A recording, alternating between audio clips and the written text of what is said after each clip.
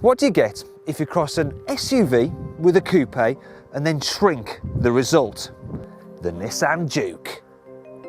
With its crazy head-turning looks, this is one car that's guaranteed to stand out. And that jacked-up suspension isn't just for show, because while most Jukes are front-wheel drive, you can get it with four-wheel drive too. As for practicality, well, while the boot may not be very big, there's no lip to lift stuff over, the rear seats fold down to give a completely flat load area, and there's even a secret underfloor compartment. There's some decent stowage cubbies in here too.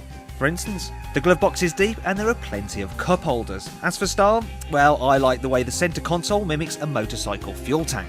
Another cool feature is this onboard computer, which comes as standard on all but the entry-level model. At the moment, these buttons, as you can see, operate the car's climate control system. But now, by pressing this, I can toggle them to access driver information. Look, see how economical I've been, and if I press this button here, it shows me my G-force, although I don't know why you'd want to know that. The computer also includes something called Nissan Dynamic Control System, and it basically lets you alter the car's steering response and throttle sensitivity between 3 different modes. There's Eco, there's Sport, and there's Normal, although personally I prefer, yes you've guessed it, Sport. However, what most people like about driving the Juke is the raised driving position. For starters, it makes the car feel much bigger than it actually is. And of course, it gives you a commanding view of the road ahead and lets you see over traffic. And this, plus the ginormous wing mirrors, mean that you get pretty good all-round visibility.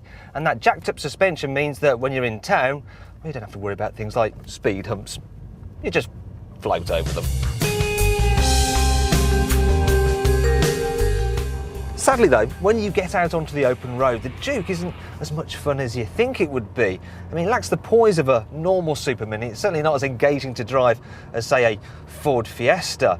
And while it is comfortable, the suspension seems to fidget about over small imperfections in the road. And then when you're going at high speed on the motorway, some of the engines seem a bit noisy. For instance, the turbo in this car kind of makes an annoying whine, a bit like a food processor.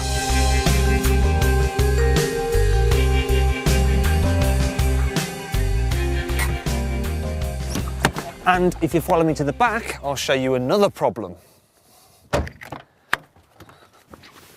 For starters, those small rear doors don't make it all that easy to get in. And once in place, well, it's a little bit pokey. If you notice, that sloping roofline means my head, look, I mean, it's touching the ceiling. And overall, that means not that great for adults back here.